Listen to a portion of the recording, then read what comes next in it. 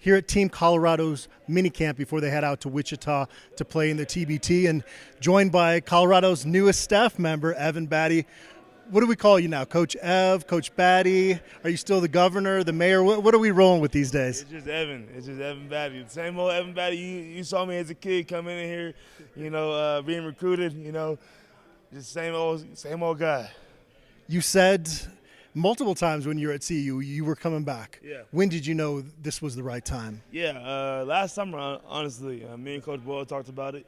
We sat down at lunch and talked about, just our options, and we felt it was both time for me to make a step towards my goal, which is eventually being head coach. I'd love for it to be here, one of my stops, so, just kind of building those blocks for sure. Now, I was watching you out here practicing with Team Colorado. You got a lot of game left. Is it going to be hard for you to give that part up? Or because you're around the game, does that make it easier? Yes and yes. So, it's going to be hard to get the game up, just trying to compete for something, significant. A championship in each respective league is a big deal. So, it's going to be hard, giving up that team aspect, sort of the goal, like me actually contributing as a part of the team.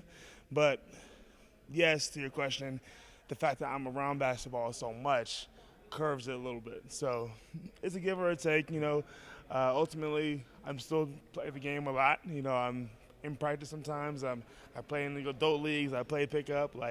I do all these things that I enjoy playing basketball. Not so much enjoy playing at the highest level possible. I'm glad I was able to do that for a long time, but I enjoy playing basketball with my people. Yeah.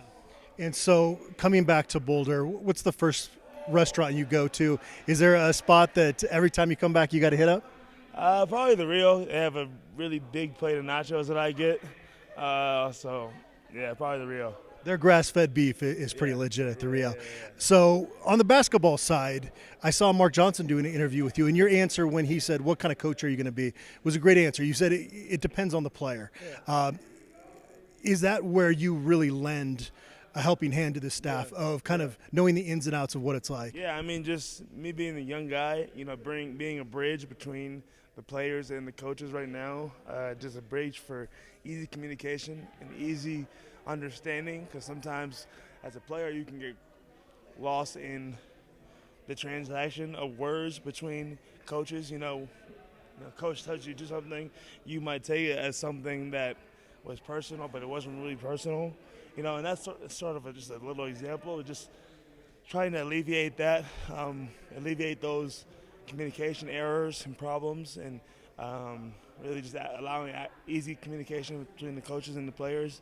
And then, just being here, whatever the coaches need, and just hit me up. So I'm here wherever.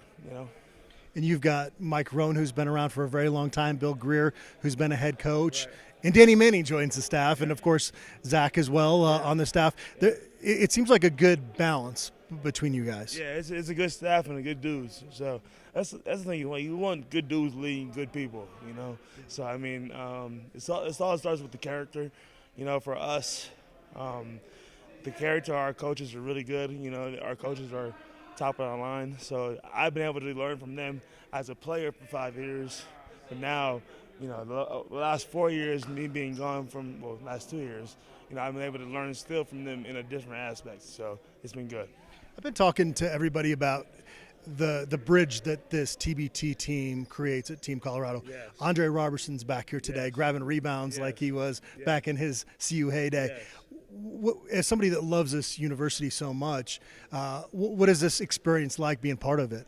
It means the world to me personally, because I remember when I was a freshman coming in, we had our TBT guys back playing and scrimmaging, and it was me, McKinley, GK, Torrey Miller, Don Collier, Sean Shore, Tyler Bay, Lucas Seaward, all those guys, Dallas Waldman, all these guys battling against old men, not old men, but older men who were playing professionally now and trying to win games. And it was competitive. It was a good situation for us to learn from them, for us to connect with the older guys, and just the alumni, for them to kick back stories from their time here and relate to us. So, for us being able to be here and be that sort of old presence for the current guys here at CU, that means a lot to me.